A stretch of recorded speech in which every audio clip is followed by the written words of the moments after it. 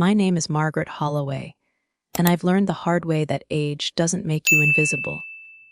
It just makes some people think you're easier to outsmart.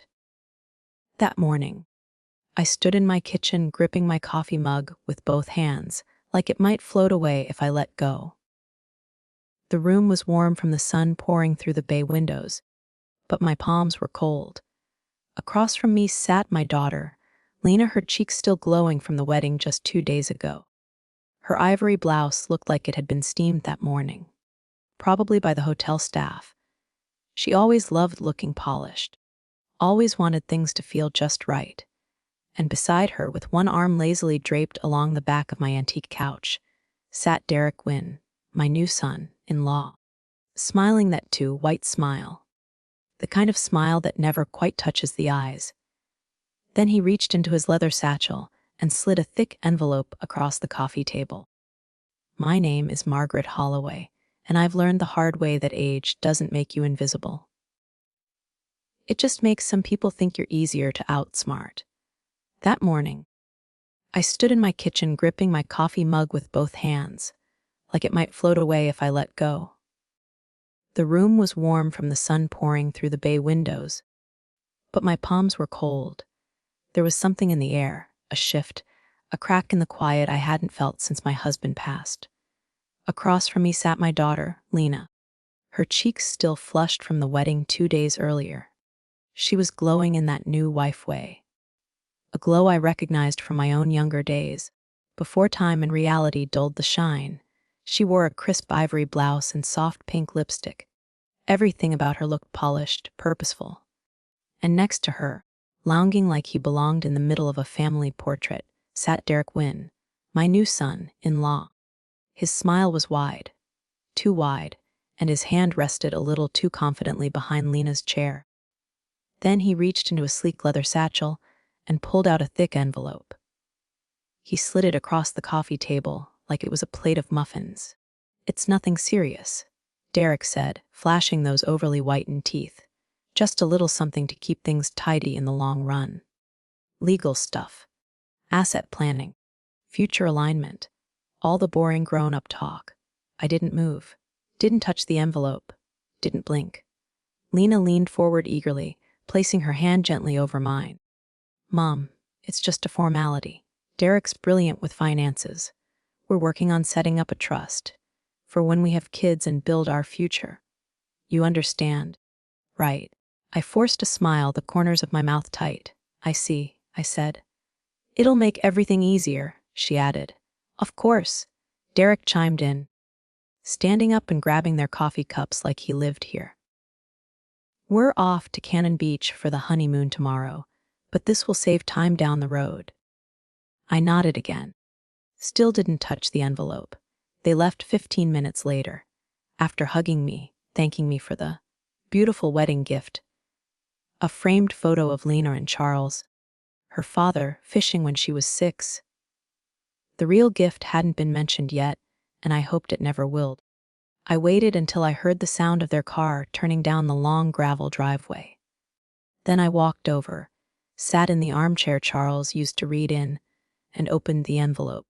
What I found nearly made me laugh and cry at the same time. Inside was a stack of thick, yellow legal paper, bound with a metal clip, notarized. At the top was my name, Margaret Holloway. The contents read like a document I had already agreed to sign.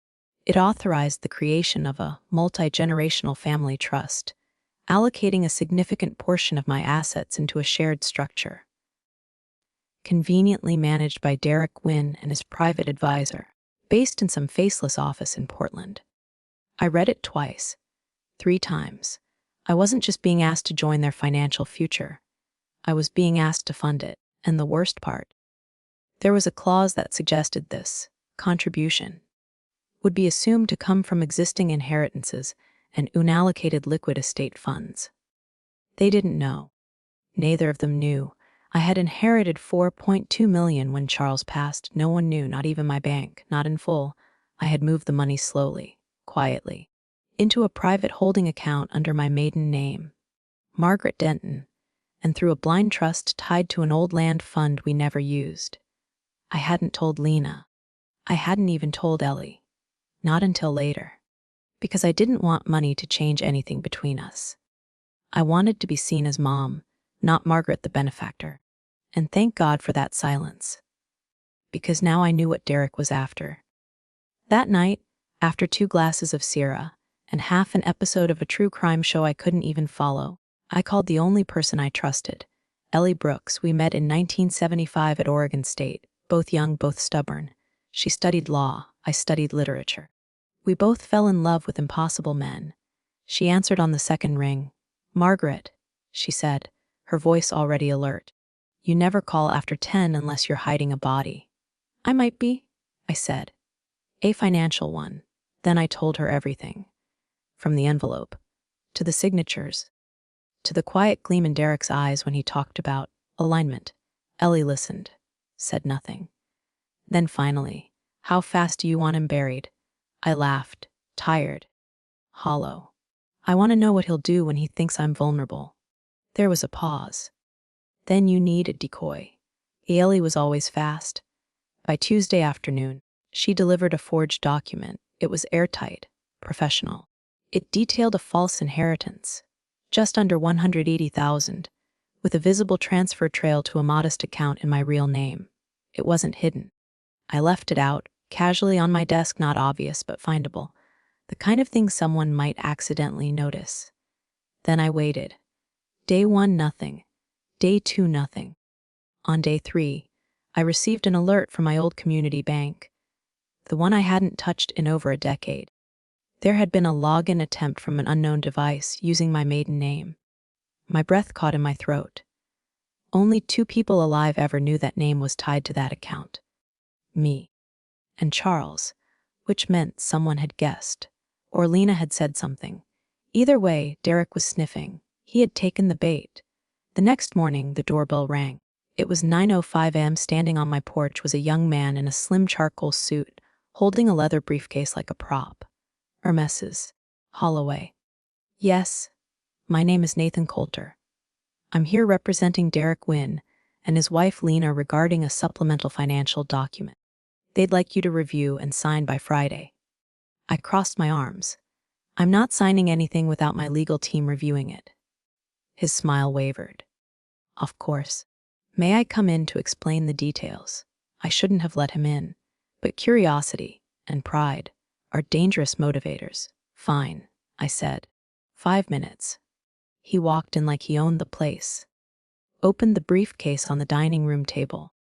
The same table where Lena used to spill glitter glue and draw dragons on her math homework. "This is a precautionary alignment," he said smoothly. "Now that the family is unified by marriage, it's wise to establish transparency, especially around estate planning." I said nothing, just watched. He pulled out a binder, flipped to section 6.1 parental estate disclosure clauses. In short, they wanted me to declare any inheritance or significant liquid assets, even projected ones, to determine how the new family trust should be shaped. "And Lena signed this already?" I asked.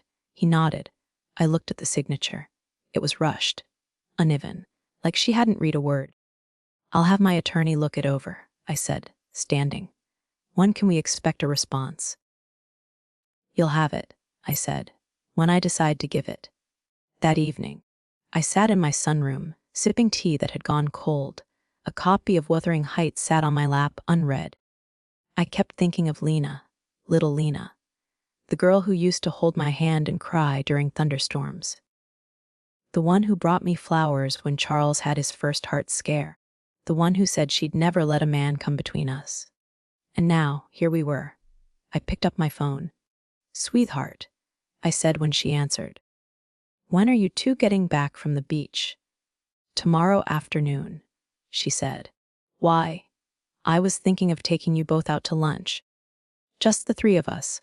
"Oh, that sounds nice. Derek will be so excited. He said you might be feeling a little hesitant about the documents." I smiled. "Oh, I've got a few thoughts," I said. "Lunch will be the perfect time to share them. They say time reveals people, but sometimes it's silence that does." Had I spoken too soon, I might have been cornered. Had I trusted too easily, I'd already be broke. What Derek didn't realize is that women like me don't survive decades of life, love, and loss without learning how to play the long game. This wasn't just about money anymore. This was about my daughter, and I wasn't about to let someone steal her, or my future, without a fight. It was a clear, bright Thursday when they returned. I had chosen the restaurant carefully. The Rosette was a private garden cafe just off the coast highway, nestled between rose hedges and koi ponds. It was the kind of place where conversation softened and everyone felt a little more civilized than they really were. Lena used to love this place when she was little. She'd make up stories about the fish in the pond and name them after her favorite book characters. Charles and I used to bring her here once a month after church. That's why I picked it. Memories are powerful. So is contrast. I got there 20 minutes early. I chose a table near the back under a white trellis wrapped in blooming vines. It was quiet, secluded. A perfect stage. Ellie sat across from me, dressed plainly in soft grays, pretending to review a menu. We had rehearsed this. She wasn't here as a lawyer, just a guest. No briefcase, no paperwork. Only her wedding ring, a neutral smile, and a pen resting on the table. "Are you sure you want to do this today?" she asked without looking up. I stirred my tea slowly. "I don't think I have a choice." Ellie nodded. "Then let's make it clean." They arrived at 12:02. Right on schedule. Lena wore a soft blue dress. Her hair was tied back in a loose braid, the way I used to do it for her before picture day. Her smile was tentative, like she wasn't sure what version of me she was walking into. Derek wore a pale beige suit with a silk pocket square, like he was selling yachts, not pushing family trusts. "Hi, Mom," Lena said, bending to kiss my cheek. "Sweetheart," I said warmly. Derek leaned in to offer a quick hug, too casual, too familiar. I didn't return it. "Oh," Lena said, noticing Ellie. "You invited a friend." I smiled. "Yes, you remember Ellie. She's retired now, but she loves the soup here." Derek's eyebrows ticked up. "Of course. Hi, Elliot. Pleasure." We ordered salad for Lena, steak for Derek, clam chowder for me. Ellie just had iced tea. We made small talk, the weather, the wedding photos, Lena's found love of oysters after the honeymoon. Then, about halfway through the meal, Derek set his fork down and reached into his bag. He pulled out a familiar folder. "I brought the paperwork again," he said gently. "No pressure. I just thought maybe you'd had time to think it over." He slid it across the table toward me. I didn't touch it. Not yet. Instead, I reached into my own bag and pulled out something else, a neatly folded document with a blue tab on the corner. The decoy Ellie had prepared. I set it on top of his. "This is my inheritance disclosure," I said, calm and even. "As you requested." Derek blinked. "Oh?" "After final estate costs.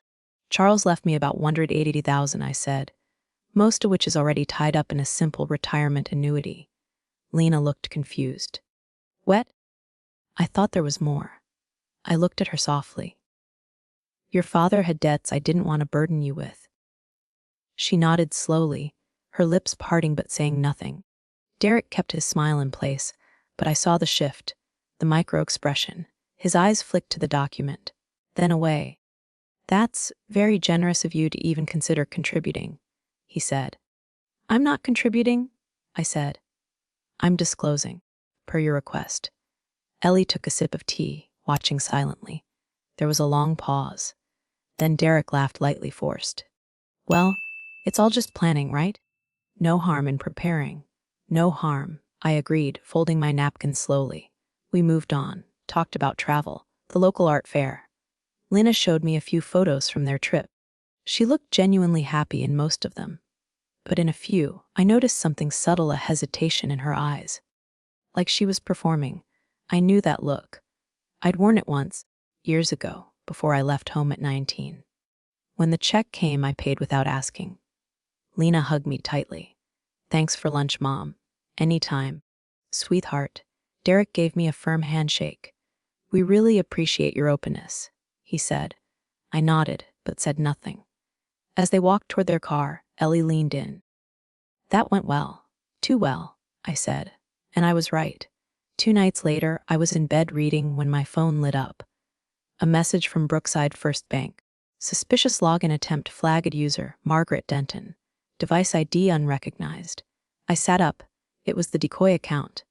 The one from the fake document. I called Ellie immediately. He took the bait, I said. He tried to access the account. From what device? She asked. I don't know yet. She called her contacts in cybersecurity. We waited. The next morning, the data came in. The attempt came from a tablet registered to Lena, connected to Hotel Wi-Fi in Cannon Beach. My chest tightened. Ellie, he used her tablet. That means she gave him access? Or he took it? I said. But he tried to move 100 Eldrin, Ellie continued, from an account that isn't real. Which means he believed it. I sat there in silence. This wasn't just a manipulator. This was a thief, a reckless one. And the worst part, he was still sleeping next to my daughter. Later that day, I sent Lena a message. Come by the house when you can.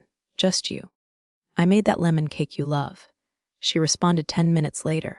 Is everything okay? Yes, I wrote. I just want to talk. She arrived around 4 p.m. alone. She wore jeans and an oversized sweater. Her eyes looked tired, like she hadn't slept well. She hesitated before stepping inside, scanning the living room like she expected conflict. I gave her a soft smile and a warm plate of cake. She took a seat. I waited a moment. Then I slid a printout of the flagged login attempt across the table. This came from your tablet. She blinked. What? 2 nights ago. Attempted login. An account only I know about. A name only your father knew. She stared at the paper, then back at me. Mommy, I didn't. I know you didn't, I said gently. Silence. Then, Derek. I nodded. Tears welled in her eyes. I didn't think I trusted. You're not to blame, I said. But I gave him my tablet. I told him you'd been distant since Dad passed. He said he just wanted to make sure everything was okay. I placed a hand over hers. He wanted more than that. I'm so sorry, she whispered. I know, she cried then, really cried. I held her the way I did when she skinned her knees as a child. She clung to me like she was falling. When she finally pulled away, she looked older. Not in years, in weight. He said I was overreacting, she whispered. That you hated him from the start. I never hated him, I said softly. But I saw something in him. Something you weren't ready to see. What do I do? You leave, I said. And if he threatens you, I'll make sure he never sees a dime. Or daylight, she laughed through her tears. I'm serious, I added. I believe you, she said, but Derek wasn't done. 2 days later, Lena showed up again, pale. Silent, he threatened to sue me, she said. Said he has contracts, prenups. That he'll go public if I leave. What contracts? He used my name on things I don't even remember signing. I think he planned this. I didn't speak. I just picked up the phone and called Ellie. It's time, I said. To be continued in part 3. Let me know if you'd like me to begin part 3 while 5,000 words now, where Margaret and Ellie prepare their legal counterstrike, and Derek starts to realize the game has changed. BMP9T Part 3 Nate ChatGPT, INT Toot VP. Manage Sabat Bandu Vaitengay Part 3 5000 T BMP ID Bayan QB Part 2. In V Margaret V Ellie Chuen B Fees Easterningi. Care Inji Chili Budvi. Septingatha Kiath Mikagide Thought.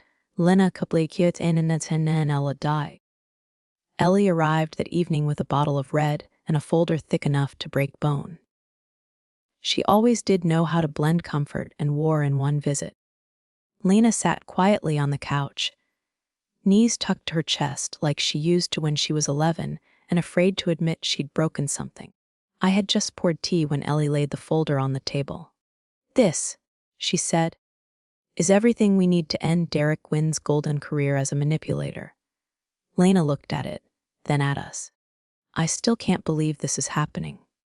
I know, I said gently. But you believe it now, Ellie added. That's enough.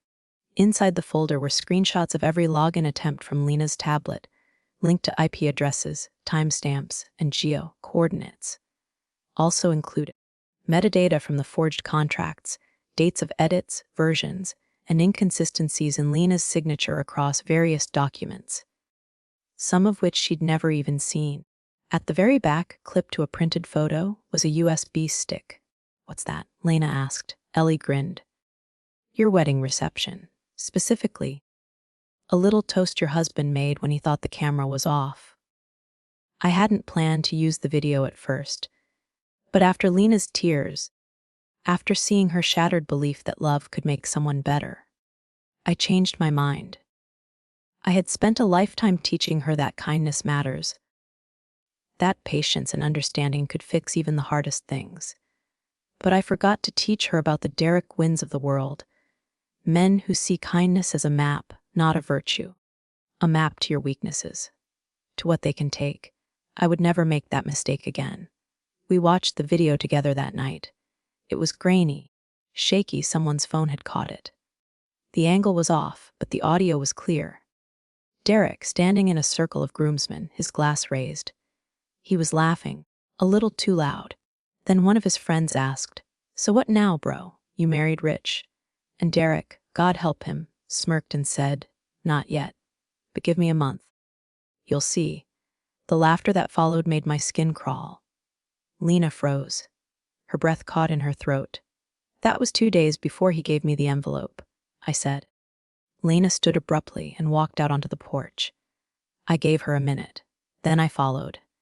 She was leaning on the railing, staring out at the rose garden. Charles had planted it himself. She used to help him water the roots. "I feel like I'm rotting inside," she whispered. "You're not," I said, standing beside her. "He is. But you're still whole. Hurt but whole," she nodded. "So what happens now?" Ellie stepped outside, holding the folder. "Now," she said, "we give him a chance to come clean. And when he doesn't, we end it." The next morning, Ellie made the first move. She contacted Derek through her private number, posing as a neutral, family mediator. She told him there was confusion about asset disclosures and that Margaret Holloway had requested a final face-to-face meeting to avoid litigation. She offered a public place, the downtown legal center, clean, official, with cameras and witness potential. Derek responded in under an hour. "Happy to clarify everything. Just a misunderstanding." Of course it was. The meeting was set for the following day at 2 p.m. That night, Lena stayed at my house. She didn't say much, just hovered, like a ghost in her own life. I found her in the kitchen around midnight, staring into the fridge. "Can't sleep. I keep thinking about how he said it. Like it was a joke. Like I was the punchline." "You weren't the joke," I said. "You were the asset." She shut the fridge, leaned against it. "What if he denies it all?" I smiled. "Then we make it legal." The next afternoon, we arrived 15 minutes early. Ellie brought 2 printed sets of evidence, each labeled and tabbed. I wore my best coat, the one Charles bought me after I retired. I hadn't worn it in years. It felt like armor now. Lena wore all black, no makeup. Hair in a low bun. She looked tired, but strong. We sat in a glass-walled conference room on the 6th floor, overlooking the harbor. The receptionist offered water. Ellie declined. She never drank in courtrooms, even fake ones. Derek arrived at 2:07, wearing a black turtleneck and navy blazer, sunglasses tucked into his collar. He looked like a man who had come to negotiate, not apologize. "Ladies," he said, smiling. "Bit dramatic, don't you think?" Lena said nothing. Ellie gestured to the chair. Derek sat, unbuttoned his jacket, rolled his shoulders like this was some negotiation seminar. Then Ellie slid the folder across the table. "This is a courtesy copy of everything we know," she said. "We suggest you read it carefully." He opened it. The first few pages made him smirk. The bank logs, the tablet access, he shrugged like they meant nothing. Then he got to the video still, the photo. The quote beneath it. His smirk faded. "That's out of context," he said flatly. "There's a video," Ellie said. He looked at Lena. "Seriously." She stared back, blank. You told them I was stealing, he said. You did steal, she said softly. You just didn't get anything, he scoffed. You don't even know what you're talking about. Ellie leaned forward. Mr. Wynne, you can cooperate now or face formal proceedings. We have enough for a civil suit, misuse of digital property, financial misrepresentation, coercive documentation. There was no coercion. He snapped. She signed. She signed nothing, Ellie said, lifting a page. These are fabrications, and forgery is a felony, he stood. So what do you want? A divorce? A press release? You think I care? I stood now, too. I want you gone. His eyes met mine, burning. You think you're smarter than me. No, I said. I know I am, he laughed. You'll regret this. Not half as much as you will. The legal documents were prepared that evening. A mutual annulment, a separation of all shared accounts, a waiver of future claims, and a formal NDA, ensuring Derek would never speak Lena's name in public again. He signed them 3 days later. Without comment. Lena didn't cry when the papers came back. She sat in my living room drinking chamomile, staring at the fire. It feels empty, she said. That's grief, I said, but grief fades. And you're still here. I feel stupid. You were in love, I said. That's not stupid. That's hopeful. She reached for my hand. Thank you, Mom. You don't have to thank me. Yes, I do. Because I almost gave him everything. And I wouldn't have known what he was without you. I squeezed her hand. That's what mothers are for, I said. To see what you can't, and to stop what you won't. 3 weeks of quiet passed. Lena began to sleep through the night again. The circles under her eyes faded. She started walking in the mornings, going back to work at the women's shelter part-time. For the first time in months, her voice held color again when she spoke. I feel like I'm breathing air that isn't borrowed, she told me one afternoon. I smiled, quietly proud. You always had your own lungs, I said. You just forgot for a little while. By all measures, things were healing. Until I walked into the Brookside market and overheard the first whisper. She locked him out of their bank account. Someone murmured near the apples. Used her mother's lawyer to trap him. No wonder he left. Poor guy. I froze, fingers still resting on a gala apple. Another voice. Lena was always a little controlling, wasn't she? My spine stiffened. My pulse ticked. I turned slowly. Saw 2 women, mid-40s, well-dressed, sipping iced lattes, not strangers. Familiar faces from town council meetings, library events. People who'd known me for 20 years. Now questioning my daughter's sanity like it was a neighborhood secret. I said nothing. Just left the apples on the shelf and walked out. That evening, Ellie came over again. I told her what I heard. She didn't look surprised. He's talking, she said. Or leaking. But he signed the NDA. Of course he did. That doesn't mean he's not using back channels. Anonymous posts, third-party friends. That clause only applies to direct defamation, so he's baiting gossip. Exactly. Lena sat on the edge of the couch, eyes dark. So what now? We threaten him again. No, Ellie said. We'll outplay him. The first post appeared 2 days later on a local community board called Brookside Bulletin. It was anonymous, but the writing style was unmistakable. Polished, passive-aggressive, and riddled with coincidences. Not everyone gets to speak their truth. Some people are cut off before they can explain, especially when lawyers get involved. It's amazing how fast love turns to control when money enters the picture. The comments exploded. Some believed it, others defended Lena. But the damage was done. The worst part, my name appeared in the comments. One user wrote, Margaret Holloway's been tight, fisted for decades. Probably taught her daughter how to weaponize emotion. Another, old money always comes with old grudges. I sat there in my den, staring at the screen. Something cold coiling in my chest. Derek wasn't just trying to reclaim power. He was trying to erase the truth. Ellie leaned forward at the kitchen table that night, tapping her pen against a notepad. He's using the weapon we didn't expect, public doubt. And people love a villain, I muttered. Especially if the villain is a mother with money and a mouth. I looked up at her. Then maybe it's time we told our story. Ellie grinned. I thought you'd never say it. We started with the facts, bank records, device logs, video footage, testimonies from friends who'd witnessed Derek's manipulation up close. Lena's coworkers, my accountant. Even a neighbor who once saw him rifling through the mailbox while Lena was at work. Ellie compiled it all into a comprehensive digital file. Easy to verify, impossible to twist.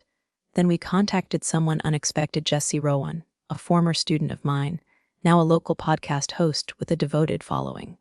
Her show, Coastal Truths, featured deep dives into real, life small-town dramas. And she'd once told me, you ever have a story worth telling, Margaret, you come to me first. So I did. I met Jessie in her home studio, a cozy little room above her garage lined with old books and microphones. She hugged me tight. I'm sorry it took this for us to reconnect. I handed her a flash drive. This story isn't just mine, I said. It's Lena's. And it's every woman who's ever been played by a man who thought charm could hide a lie. She raised her eyebrows. You sure you want to go public? I'm sure he already has. Jessie nodded. Then we'll tell the truth louder. The episode aired the following week. It was called The Son, In-Law, The Inheritance, and the Lemon Cake Trap. It was quiet, thoughtful, and brutally honest. I told my story in my voice. Ellie added the legal context. Lena spoke last, her voice trembling but clear as she described the moment she realized love shouldn't come with conditions. We didn't accuse Derek by name, not legally. But anyone listening in Brookside could connect the dots. And they did. The shift was slow at first. A friend at the pharmacy smiled more warmly. The postmaster asked how Lena was doing. Someone at the church dropped off a pie with a note that said simply, "We believe you." Even the whispers at the market changed tone. I heard her story. That poor girl. He really had her cornered. But Derek wasn't finished. He filed a complaint at the county clerk's office, claiming Lena had defamed him through media manipulation. He attached a printed transcript of the podcast, annotated, highlighted. The attempt didn't stick. The NDA and lack of direct naming shielded us. But it was a warning shot. Ellie took one look at the file and said, "He's panicking. He's escalating," I said. Then we got the text, from a number we didn't recognize, sent to both Lena and me. "You've made your move. Now it's my turn." The message came at 20:17 a.m. "You've made your move. Now it's my turn." I didn't sleep after that. I sat by the window, watching the trees shift in the wind like they were trying to warn me. The air had a different texture that night, thinner, quieter, like something was about to snap. By 600 a.m., I had brewed a fresh pot of coffee and sent Ellie a single text, "He's planning something. Be ready." She replied 1 minute later, already on it. It arrived by certified mail 2 days later, an envelope with Derek Wynn v. Margaret Holloway printed on the front in bold. Civil court complaint. Allegations: financial obstruction, wrongful concealment of shared estate, and, most absurdly, fraud against a marital trust. Lena stared at it for 5 whole minutes before she could speak. "He's suing you." "No," I said, flipping through the thick document. "He's trying to scare me. There's a difference." Ellie came by that evening, her reading glasses already perched on her nose. She skimmed the filing in silence. Then, "This is all theater. It's thin. He's banking on the court of public opinion, not the legal one. But he has exhibits," Lena said. "Fake ones." "Exactly," Ellie said, smiling tightly. "And I plan to expose every single one." The heart of Derek's argument centered around a fabricated email chain. Doctored correspondence allegedly between me and a former accountant named Elliot Crenshaw. The emails suggested that Charles had hidden part of his estate in offshore accounts and that I had unilaterally withheld this information from the family trust. It was nonsense. Charles never used email for anything but corny chain letters. And Elliot Crenshaw, he died in 2013. I attended his funeral. I gave his widow a casserole. But if you didn't know any of that, the papers looked legitimate. Derek had created a fiction so well, staged it might fool someone skimming. He was betting on the shadow of doubt. I'm going to bury him for this, Ellie said quietly. We built our response over 3 days. First, a sworn affidavit from Crenshaw's widow confirming Elliot had never handled our estate and hadn't been active in finance for a decade before his passing. Second, metadata analysis of the fabricated emails, proving they were generated by a desktop Word client, not a mail server. Third, Charles's original will, which had been filed through a public probate process years earlier, showing complete transparency. Ellie tied it all together in a counterclaim for malicious prosecution, defamation, and document forgery. You're not just defending yourself anymore, she told me. You're pressing charges. I stared at the table. Good, but Derek wasn't done. The next blow came through social media, a blog titled Inheritance or Manipulation. Posted anonymously but clearly tied to Derek's narrative. It included quotes from unnamed friends of the family, implied Lena had been brainwashed by her mother, and hinted that I had pressured Charles into rewriting the will on his deathbed. The comments section burned with speculation. But this time something strange happened. People pushed back. One comment read, I've known Margaret Holloway for 30 years. She helped my daughter through divorce and cooked for my father's funeral. You can take your anonymous sources and shove them. Another. Funny how this story only comes out after he gets exposed on a podcast. Timing much. Lena sat beside me, reading them hand over her mouth. People are defending us. No, I said softly. They're defending you, because you told the truth. Then, something unexpected happened. A journalist called. His name was Samuel Knox, and he wrote for the Oregon Coast Chronicle. Independent. Old school, known for deep dives and fact-checking. I'd like to write about this, he said. The whole thing, not just the noise. The timeline, the facts, the court filings. Are you open to that? I hesitated. Ellie, who was on speaker, jumped in. Only if you agree to review every quote before publication. I insist, he said. We met with him the following week. Lena and I told the full story again. Samuel took notes quietly, nodding only when necessary. He asked sharp, fair questions. No drama, no assumptions. I'm not interested in sensationalism, he said. I'm interested in what happens when smart women say no to power. That's when I knew I'd made the right call. The article dropped the following Sunday. Front page, above the fold. The Holloway dispute when silence isn't protection anymore. It was clean, balanced, and damning. It quoted court documents, highlighted forged exhibits, included excerpts from Charles's will, even mentioned the podcast, noting that no direct defamation occurred. But the most powerful part came near the end, when Lena spoke. I thought love would fix everything. It didn't. But truth did. The town shifted after that. More people stopped me in the post office, not out of curiosity, but out of solidarity. A neighbor sent flowers. Someone left a note in my mailbox. Thank you for not letting him win.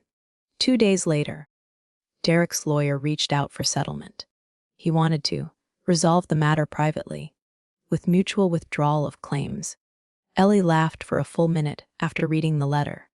Not a chance, she said. We let the suit proceed.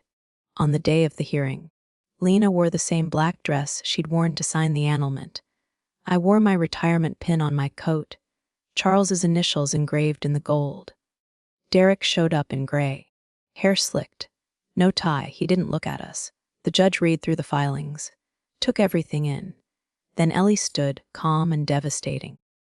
She walked the court through each forged document, each false claim, each lie constructed to steal a fortune that didn't belong to him. When she was finished, the judge turned to Derek's attorney. Would your client like to respond? There was a long pause. No, Your Honor, the man said quietly. The judge ruled in our favor. Derek's complaint was dismissed with prejudice. He was ordered to pay all legal fees. A formal referral to the district attorney was filed for investigation into document forgery and civil harassment. When it was over, Lena exhaled like she hadn't in weeks. "It's really done," she whispered. I nodded. He played his last card. "And you never folded," she said. "No," I said, standing tall, "because I never had to bluff." It started on a Tuesday, 4 days after the hearing. I was sitting in the town library, flipping through a gardening magazine I had no real interest in, just enjoying the silence and the scent of old paper. Lena was upstairs in the history section, trying to lose herself in research the way she always had as a child, quietly, without asking for permission to grieve. Then a voice I didn't recognize broke the stillness. "Margaret Holloway." I turned slowly. The woman standing in front of me was in her mid-30s, maybe younger. Shoulder-length black hair, soft gray eyes. She wore a navy blue coat with buttons too formal for the season, and in her hands was a manila folder that looked strangely familiar. "I'm sorry," I said, standing. "Do I know you?" She smiled, but it didn't quite reach her eyes. "No," she said, "but I think you knew my father." I felt something shift in my chest. "My name is Rachel Wynne," she said, "and I'm Derek's sister." I sat down, not because I felt faint, but because standing felt like I was tempting the earth to disappear beneath me. Rachel didn't sit. She glanced around the library, then back at me. "I know this is unexpected," she said, "but I need you to hear me out." I nodded slowly. "Does he know you're here?" "No," she said, "and I'd prefer to keep it that way." She slid the folder onto the table. Inside were 3 things: a printout of a childhood photo, Derek and a young Rachel standing in front of a trailer, a copy of Derek's expunged juvenile record, and a letter, handwritten, dated 5 years ago. I didn't touch the letter yet. Instead, I looked at the photo. Derek couldn't have been older than 12. Rachel maybe 8. Both barefoot. Both squinting into the sun. "My brother," she began, "has always been smart. Charming. But he's also always been dangerous. Just in a way that doesn't leave bruises." I didn't respond. I just let her keep going. "He started forging documents when he was 15. Got caught stealing from our foster family. It was swept away because the family didn't want publicity." "Foster family?" I asked. Rachel nodded. "We bounced around for most of our teens. Our parents were addicts. He was the golden child. I was the background noise. The letter now, my hand finally rested on it. "That's from our last foster dad," she said. "He wrote it to Derek, but never mailed it. I found it after he died." I opened it. "Derek, I don't know what happened to the boy I raised. I thought giving you a clean slate would help, but I see now you used it to sharpen your tools. You need help." Not applause. When I looked up again, Rachel was watching me. "I know what he did to your daughter," she said. "It's not the first time, but it needs to be the last." I breathed slowly. "Why now?" I asked. "Why come forward?" She hesitated, her voice lowered. "Because I have a daughter," she said, "and I saw her playing with my phone last week. I'd left Derek's name in my contacts, and suddenly I just froze. I realized I hadn't told her anything. That one day she might end up like Lena, thinking charm is safety. That silence is forgiveness." I stared at her. This woman I'd never met, who looked nothing like the man I'd spent months fighting, and yet, somehow, carried the same shadow under her eyes. "Do you want me to take this public?" I asked, lifting the folder slightly. Rachel shook her head. "I want you to do whatever protects your daughter," she said. "Because no one did that for me." When she left, Lena was still upstairs. I walked to the staircase and leaned against the railing, trying to steady the burn in my throat. When she came down minutes later, her face was flushed from the warm air. "You okay?" she asked. I nodded. "Just ran into someone I didn't expect." We didn't speak about Rachel until 2 nights later. I waited until we were on the porch, sipping ginger tea under the string lights. The same lights Charles had hung on his last summer alive. I told Lena everything. Her eyes didn't widen. Her jaw didn't drop. Instead, she simply whispered, "I believe her." Why? Because it's exactly what he would do. She stared into the night for a long time. Then, "Do we tell people?" I looked at her. "Do you want to?" "I want him to stop," she said. "Not just for me. For whoever's next." The next morning, we called Jessie Rowan again, the podcast host.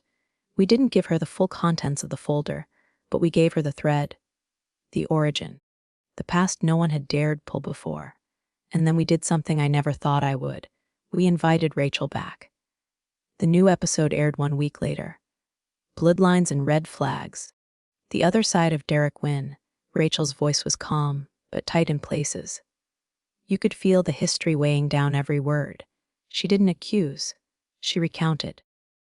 The trailer PIDs. The families she watched him smile at and steal from. Then, her final line. "I hope the story doesn't destroy him. I just hope it stops him." This time, the reaction was instant. Comments poured in. Not just support, but confirmations. I went to college with Derek.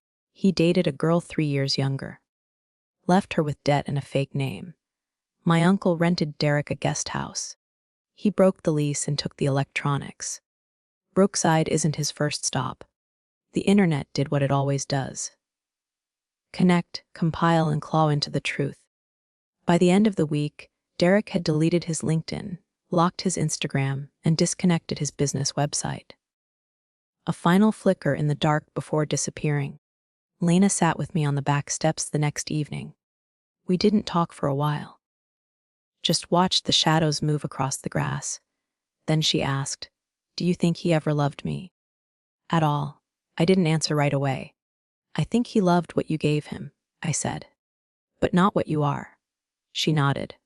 "That's enough," she said. "I don't need it to be more than that anymore." The invitation came in a sleek white envelope, thicker than most, personalized, embossed logo in gold foil that read, "Voices That Matter Public Broadcasting Network." I opened it at the kitchen table while Lena was upstairs on a call. My hands were still damp from rinsing dishes.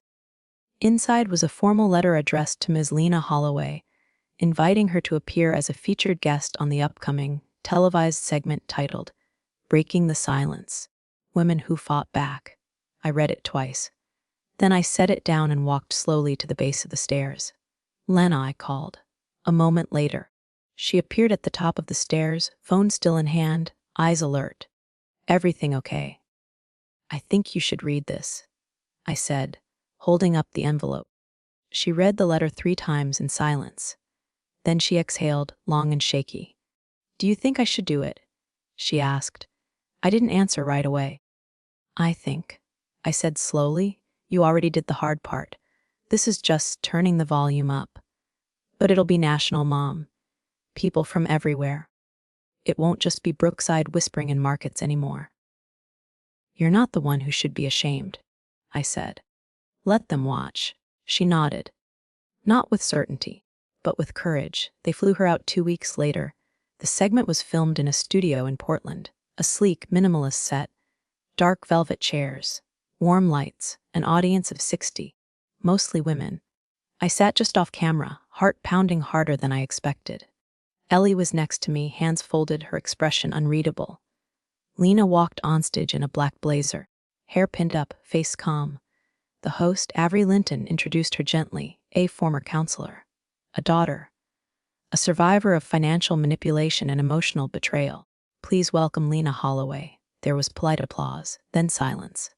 Lena began to speak. For 22 minutes, she told the story.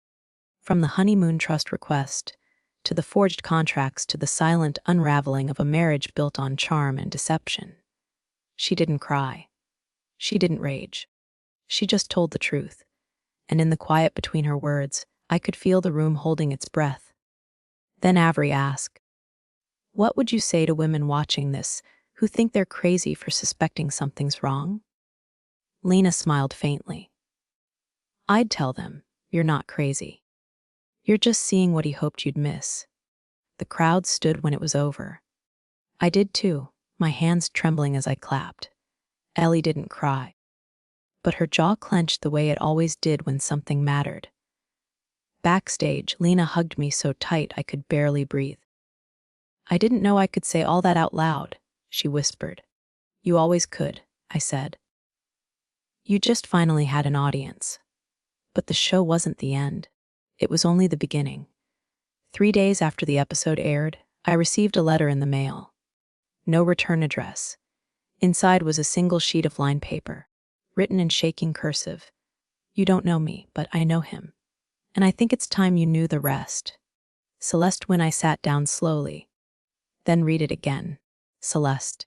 The name hit like a brick. Not Rachel, not Derek. Celeste. The letter continued, I am Derek's mother. His birth mother. I left him when he was 6. What you saw was only half of what he became. The other half I helped make. I didn't tell Lena immediately. I needed to think, to process, to protect. Ellie and I met that evening at her house. She's either telling the truth, Ellie said, or she's a ghost from a past he tried to bury. Either way, I replied. She knows something. Ellie looked up from the paper. Do you want to meet her? No, I said. I need to. We arranged the meeting in a public library 2 towns over, far from Brookside. Celeste arrived early.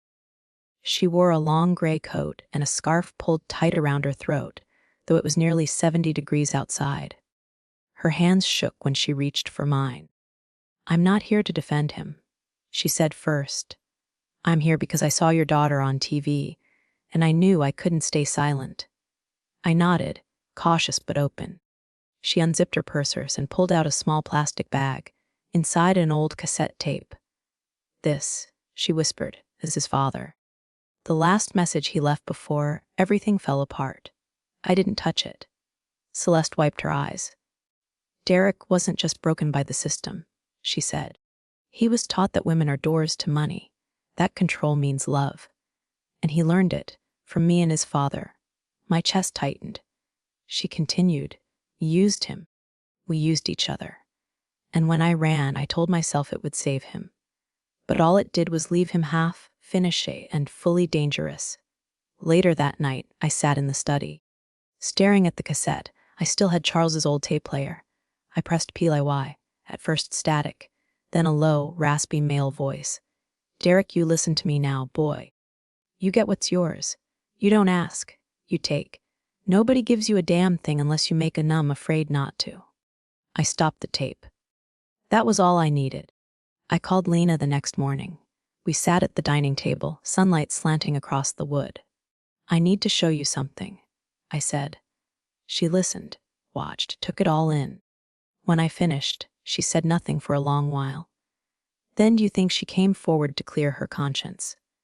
Yes, I said. Do you think that makes it okay? No. Lena looked out the window. Then, let's tell the world. The morning the journalist called. I was pruning the rose bushes Charles planted 20 years ago. I had just clipped the last wilted bloom when the phone buzzed in my pocket. The name that popped up wasn't familiar. Amara Ling, Oregon Watch. I almost didn't answer. But something in my gut, that part of me that had grown sharper since this whole ordeal began, told me I should. Her voice was clear, quick, and direct. Mrs. Holloway, I'm not calling to ask for a story. I'm calling because you're about to lose control of yours. I straightened up, heart ticking faster. Excuse me? I'm an investigative reporter, she continued, specializing in white-collar fraud and identity manipulation. I saw your daughter's interview on Voices That Matter. That's what made me dig. She paused. And I've found something you need to see. Amara met me and Lena in a small cafe tucked behind a courthouse in Salem. She was in her early 40s, sharp cheekbones, sharper eyes. Wore denim and a leather satchel that never left her side. She pulled out her laptop, flipped it open, and turned it toward us. On screen, a form from the Alameda County Civil Office. Application for legal name change. The name at the top, Derek Michael Wynn, requesting change to Daniel Mercer Grant, filed 2 days after the podcast episode aired. He's trying to disappear. Amara said.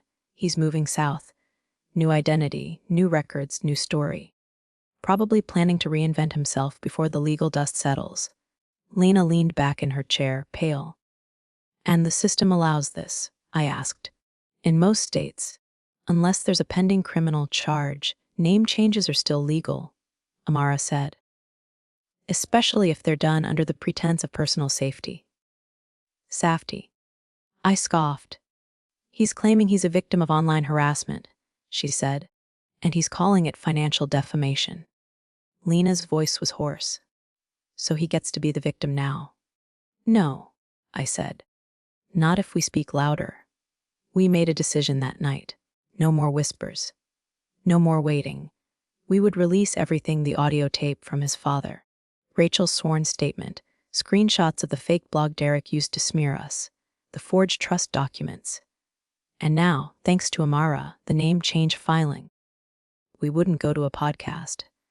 We'd go to the one place Derek couldn't silence, National Public Record. Amara arranged the interview through her network. It would be a joint expose, a televised deep dive, hosted by the Ledger Report, known for its brutal honesty and reach. Ellie reviewed every legal angle. She confirmed we weren't violating privacy, because we weren't naming a new identity. We were just documenting what happened under the old one. And we had receipts. The night before we filmed, Lena stood at the kitchen window, arms folded. Do you ever wonder if this is too much? I looked up from the draft script. You mean too much truth? She turned, smiling faintly. You always do that. Reframe. It's the only way I survived. She crossed the room and sat beside me. Whatever happens, she said, thank you for not giving up on me. Even when I gave up on you, I took her hand. There's nothing in this world strong enough to keep a mother from protecting her daughter. The interview aired on a Thursday night. Prime time. It began with Amara's voice narrating. What happens when the man you marry turns out to be a story he made up? Tonight, the women who refused to stay silent. What followed was a carefully crafted fact-check takedown of Derek's entire persona. The video of his toast, the forged bank logins, the altered documents, Rachel's trembling voice, Celeste's handwritten confession, and finally Lena's voice saying, he tried to steal money. But what he really tried to steal was my belief that I could trust myself. I watched it alone in my study. Charles's photo sat on the bookshelf, silent witness to everything. By morning, the fallout had begun. Dozens of messages, support, outrage, and finally, official notice from Alameda County that the name change application had been flagged and suspended pending further review due to investigative concerns. Derek tried to vanish.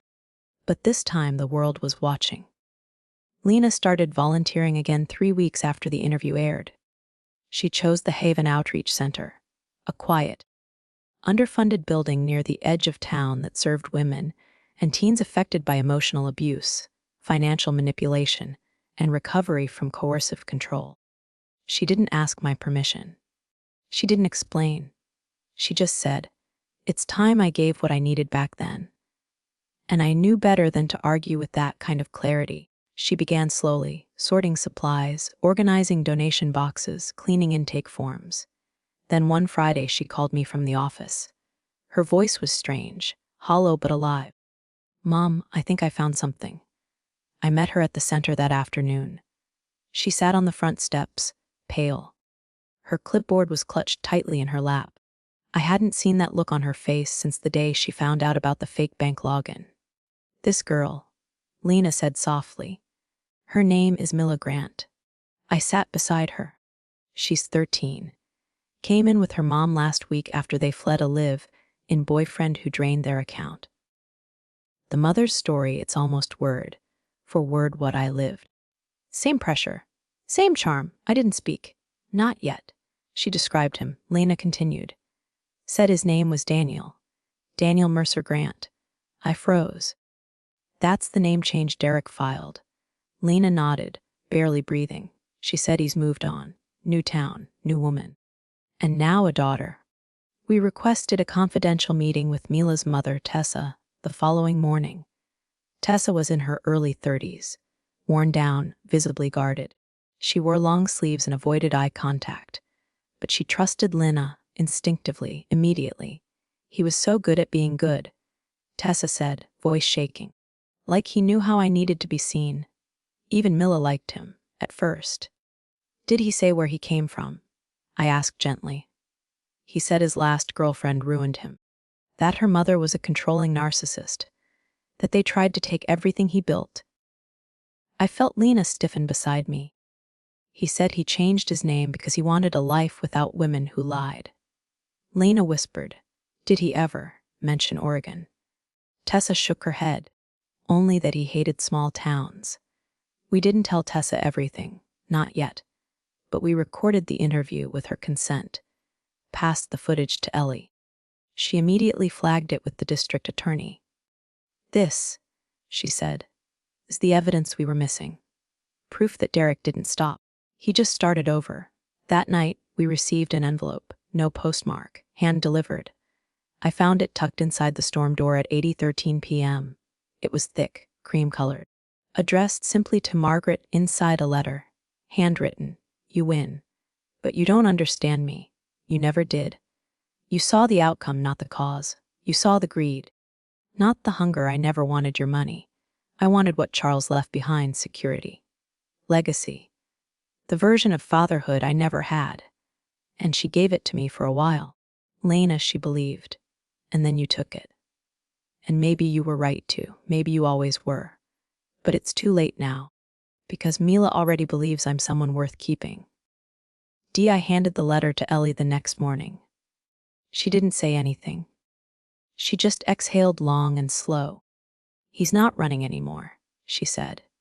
"He's rooting. Trying to build a new web. And this time," I said, "it's not a woman he's fooling. It's a child." It happened just after 3 p.m. on a Tuesday. Lena was finishing her second intake form of the day, sitting at the back desk of Haven Center, when a staff member rushed into her office. "Tessa's gone," she said, and she took Mila with her. Lena stood so fast the chair toppled behind her. "What do you mean gone?" "She left a note. No return address. No forwarding contact. She just disappeared." Lena's chest tightened. It had been only 3 days since Derek's letter arrived. Only 2 since Ellie confirmed she'd filed the new complaint with the DA's office. And now, Tessa and Mila were gone. The note was handwritten on a scrap of lined notebook paper. "I know you're trying to help. But help costs. And we've paid enough already. Please don't look for us. Please don't tell him we were here." Lena reread it 6 times. Each time, the guilt deepened. She hadn't told Tessa about the federal filing. Not directly. But maybe she didn't have to. Maybe Tessa felt it in the way Lena had moved around her the last 2 days. More formal, more careful, like building a case came with a price. That evening, Lena came to my house. She looked older, not in years, but in weight.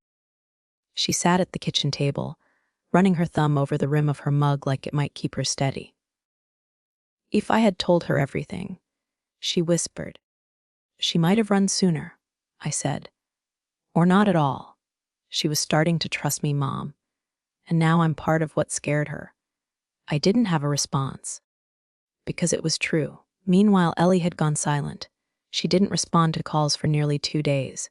Unusual, even for her. When she finally walked into my living room on Thursday afternoon, she looked like she hadn't slept. Her blouse was wrinkled, her eyes glassy. I set down my book. "What is it?" She handed me a file. "I ran a deeper check on Derek's legal affiliations," she said. "His first fake trust, the one from the honeymoon. It wasn't his idea." "What do you mean?" "I mean the structure, the legal language, the signature flow. It matches a template I used 15 years ago." I froze. "What are you saying?" Ellie sat. "Before I retired, I worked with a private law firm on wealth protection strategies. Some of them were gray. Legal, but morally muddy. Derek's forged document. He modeled it off one of mine." "Exactly." My stomach turned. "You think he had access to your old templates?" She looked down. "I think someone in my firm gave them to him." or sold them, and I think that means I helped build the tool he tried to rob you with. Silence hung between us. Then I said what neither of us wanted to. This connects you to him. Ellie nodded. And if the case goes federal, I'll be named. Not as a suspect, I said quickly. As a source. A leak victim. But it won't matter. My name will still be printed under contributor to financial architecture. I'll be a headline, so will you. So will Lena. The next morning we had a meeting. Just the three of us. Me, Lena, Ellie. At the old reading room in Brookside Library. We laid out everything. Tessa and Mila gone. Derek preparing to vanish again.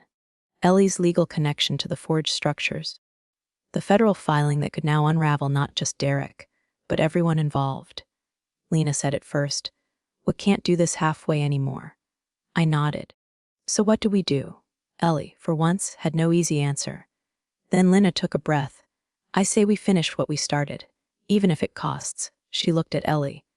At worst, they say you once helped someone who turned out to be a predator. That's not who you are now. She looked at me. At worst, they say I loved a man who fooled me. That doesn't make me weak, it makes me human. Then she leaned back. But if we stay quiet, we let him do it again. I was the last to speak. If we go forward, there's no clean version of this.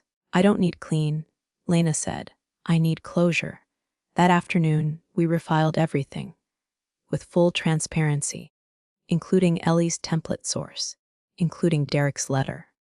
Including Tessa's note, marked confidential. We attached a final paragraph to the filing. This is not about revenge. It's about prevention. Because monsters don't disappear when we stop looking. They just find quieter shadows. It started with a name Lena didn't recognize. She was combing through archived files from Haven Center. Backlogged client notes. Mostly, helping digitize records for the new intake software. She was tired, her eyes blurred from staring at PDFs for hours. Then, halfway through a 2016 intake form, something caught her attention. Guardian contact Gregory Wynn, alias listed as Micah Trent. She froze. Micah Trent. It was the kind of name you don't forget. Not because it's unusual, but because it feels practiced. And she'd heard it before. Not in her own memory, but in Rachel's letter. Lena called me that night, her voice shaking. Mom, I think he's used more than one identity. Maybe for years. She sent me the scan. I forwarded it to Ellie. Within the hour, Ellie had pulled up a juvenile justice record from Nevada, sealed but referenced in a now defunct nonprofit report on restorative intervention programs.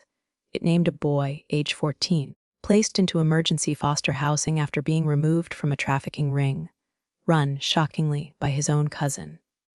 The boy's name, Micah Trent, later renamed by the state as Derek Wynn. We sat in silence as Ellie read it aloud. Lena whispered, he wasn't just a liar, he was a survivor of something monstrous. My stomach turned. Does that excuse what he became? I asked. No, Ellie said. But it explains what made the monster. The file included a letter from a counselor dated 2003. Micah has an uncanny ability to mirror adult language and expectations. He uses charm not to connect, but to survive. It's as though he cannot separate manipulation from interaction. Reading that was like watching Derek rise again in front of us. Not as the man who tried to steal my life, but as the child who had his stolen first. And for the first time in months, I didn't feel angry. I felt afraid. That night, a thought looped in my mind. What if justice is not always the same as destruction? What if Derek didn't just inherit brokenness, but refined it into a weapon because no one ever made him stop? The next morning, Lena knocked on my door before I had even made coffee. She held her phone. It's him, she said. He sent a message from an encrypted account. I took the phone. The message read, "Don't go further. You think pain ends when you expose it, but it doesn't. It just spreads. You burn me now. You burn her too." Underneath the text was a photo attachment. Lena opened it. It was a picture of Mila, sitting on a swing in what looked like a motel parking lot. A timestamp in the corner, 2014 a.m. We alerted the authorities. The image was traced to a roadside in 2 states south. Local social services were contacted. The girl, Mila, was found alone in a locked room while Tessa was out working an overnight shift. She'd been told not to answer the door for anyone, and not to speak her real last name. The arrest warrant went out that same night. Derek was gone. 2 days passed, then 3. No sign of him. Until a news bulletin flashed across the screen. Fugitive connected to financial fraud and identity theft apprehended in rural Arizona. Identified as Derek Wynn A.K. Micah Trent A. Daniel Mercer Grant. Authorities confirm he had been working under a false name at a community finance center and had been attempting to obtain custody of a minor using forged documents. They got him. That night, Lena curled up beside me on the couch. She didn't cry. She just stared at the screen, where his mugshot sat under bold letters. The man who sold his name. He's not what I thought he was, she whispered. I wrapped my arm around her shoulder. No, but he's also not what he told you he was. We sat like that for a long time, until Lena whispered, Do you want to testify? I turned to her. She didn't mean have to. She meant want to. I stood in court 2 weeks later, face to face with the man who once asked me to sign my life away with a smile. I looked him in the eye and said, You didn't just try to steal money. You tried to steal legacy, belonging, the very thing you claimed you never had. And that's the tragedy, Derek. Because you could have had it. You were close. But you couldn't stop breaking what you touched. He didn't speak. Not a word. The judge didn't flinch. The sentence was issued 14 years, with no possibility of early release.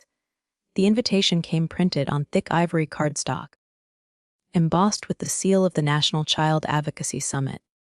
They asked Lena to be the closing keynote speaker. She stared at the envelope for a long time before speaking. I don't know if I'm the right person to give anyone hope. You are, I said gently, because you never stopped looking for the truth, even when it hurt. The summit would take place in Washington, D.C., in a restored opera house now used for social justice events. Speakers would include lawyers, survivors, judges, and nonprofit leaders. Lena was the only speaker under 40. I booked the flight with her, but planned to sit quietly in the back row. It's your stage now. I told her, I've had mine. We arrived 2 days early. The city was bursting with spring. Cherry blossoms clinging to the edges of glass buildings, tourists flowing like water across intersections. Lena rehearsed in the hotel at night, mumbling sentences aloud to the window. I watched from the couch, not correcting anything. She didn't need editing. She needed ownership. Then, on the morning of the event, I received a knock on the hotel door. I wasn't expecting anyone. I opened it to a woman in her 60s, slender, weathered, but dignified. She wore a coat that looked far too warm for the season and held a leather satchel in her left hand. Mrs. Holloway. I nodded slowly. My name is Clara Wynn. I was Derek's aunt. On his mother's side. I froze. Clara took a step forward, eyes tired. I think there's something you need to know. About Derek. About Charles. We sat in the lobby lounge, away from Lena. Clara unfolded a paper from her satchel and slid it toward me. It was a letter. Dated 1992. Addressed to Charles Holloway. My breath caught. Charles, if you're reading this, it means I never made it to Oregon. I've enclosed custody paperwork for Derek. I know you said you couldn't help, but you're the only one left who might try. He's not safe with my sister. And you were always the only decent one we ever knew. If anything happens, take him, please. Below it, signed Celia Wynn. I stared. My hands trembled. Clara said quietly, they were friends once, Charles and Celia. Long before you and him. I never knew about this, I whispered. Clara nodded. He never told you because he never acted on it. Derek ended up with the system, not with Charles. And that guilt it stayed. Maybe that's why he took to Lena so fast. I couldn't breathe. You think he saw her as a second chance? I don't know what he saw, Clara said. But I know what he never saw, love, modeled clearly. He was passed around like a rumor. She stood. I'm not here to defend him. I'm here to say I'm sorry. Because it started before you. And it didn't end with him. She turned. Before she left, she added, whatever you do today, let it end with you. Elena didn't ask why I was quiet that afternoon. She was too focused, too steady. She wore a navy suit, minimal makeup, and her hair pulled back tight. A woman prepared to stand for something bigger than survival. The auditorium buzzed with quiet energy as her name was introduced. I watched from the darkened mezzanine. Then she stepped into the spotlight. Her voice was clear, steady, brave. She told them about the man who'd promised her forever. The family trust that turned into a trap. The smile that cloaked sabotage. And the mother who saw through it all when no one else did. Then she paused and said, but this isn't just about what I survived. It's about who I became. Because of one thing, I was believed. When I finally told the truth, someone didn't flinch. My mother didn't run. She didn't demand I be perfect. She stood still. And sometimes stillness is the bravest thing a person can offer. The room rose when she finished. I didn't clap at first. I just breathed. That night, we walked the streets of D.C. together, past the monuments and floodlit marble. I saw someone today, I said quietly. Who? Derek's aunt. She gave me a letter. From your father. Lena didn't speak. Then, what did it say? That Charles was once asked to take Derek in. And he didn't. Lena stopped walking. Would it have changed anything? She asked. I don't know, I said. But it would have changed him. And maybe you. She nodded, then smiled softly. Then I'm glad he didn't. I raised an eyebrow. Because if he had, I might have grown up with a brother. And I don't think I would have survived loving him twice. I didn't know the moment the fear left my house. But I did know the moment peace finally walked back in. It was a Tuesday. Nothing dramatic. No legal papers. No threats. No lies. Just me, a cup of black coffee, and Lena standing at my kitchen table with a notebook full of plans. So we start with one room, she said, voice steady. No overhead. No staff. Just us and maybe 3 chairs. That one room would become Haven Legacy. A quiet revolution dressed as a community center. A space for women who had been manipulated, discarded, or left doubting their own voices. Lena would lead it, and I would back her. I'd spent years guarding $7 million from the wrong man. Now I would help my daughter spend it on something right. The weeks that followed felt like breathing fresh air after holding my breath for too long. No more cold silences. No more encrypted messages or planted files. No more Brian. Just the work. We stripped out an old storefront space near our neighborhood. Cracked windows, water, stained ceiling, rotting floorboards, and turned it into something sacred. Fresh paint, light wood floors, soft lighting, shelves filled with books and resource binders. Lena's old stuffed bear, patched and clean, sat in the corner chair. A silent reminder, you're safe now. But peace didn't mean everything was healed.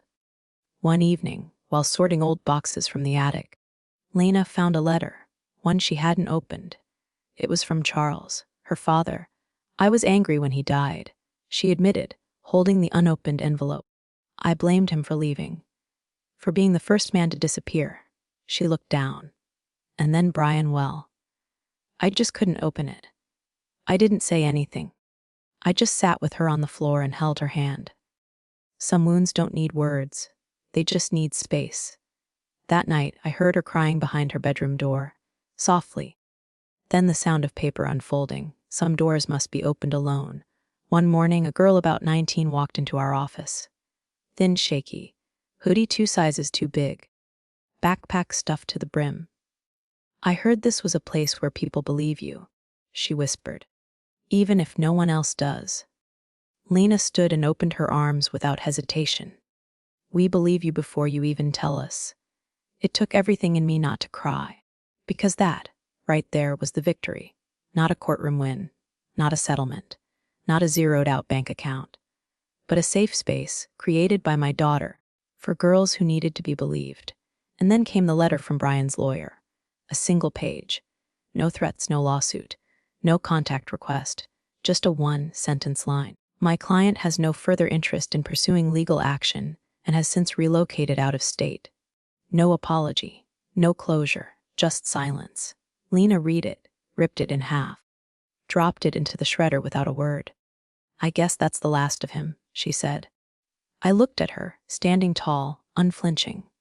No, sweetheart, I said. This is the first of you. 3 months later, Haven Legacy held its first official event. Nothing fancy. Just 6 women, 2 therapists, a pot of chili, and chairs arranged in a circle. Lena sat beside me, no longer the girl crying on my porch, but the woman guiding others through their own storms. When one woman, mid-30s, bruised but brave, stood and said, "I thought I was crazy," Lena responded calmly, "You weren't. You just loved someone who wanted control more than connection." That line stayed with me. Because for a long time, I thought love meant endurance. Now I know, real love makes room for your voice. Late one night, I sat at the old wooden table and wrote myself a letter. Just for me. Margaret, you did it. Not perfectly. Not painlessly. But fully. You protected your daughter, not just her bank account, but her spirit. And somehow, in saving her, you saved yourself too. Hold that truth. Don't forget it. I folded it. Tucked it in the back of the same journal where I used to track Brian's lies. Same notebook. Different ending. Not everyone is after your money, but some people are after your silence. Brian never cared about $7 million. He cared about power, control narrative, and for a while he almost got it. But the moment we chose truth over fear, silence lost its grip. If you're still waiting for someone to say, "I believe you," let me be that person. If you've ever loved the wrong person, made excuses, stayed too long, that doesn't make you weak. It makes you human. And if you're still healing, still rebuilding, still figuring it all out, you're not alone. Comment below if this story hit home. Share it with someone who needs to hear it. And subscribe for more stories that tell the truth, even when it hurts. Because here on Telling Story with Me, we don't just tell stories, we reclaim them.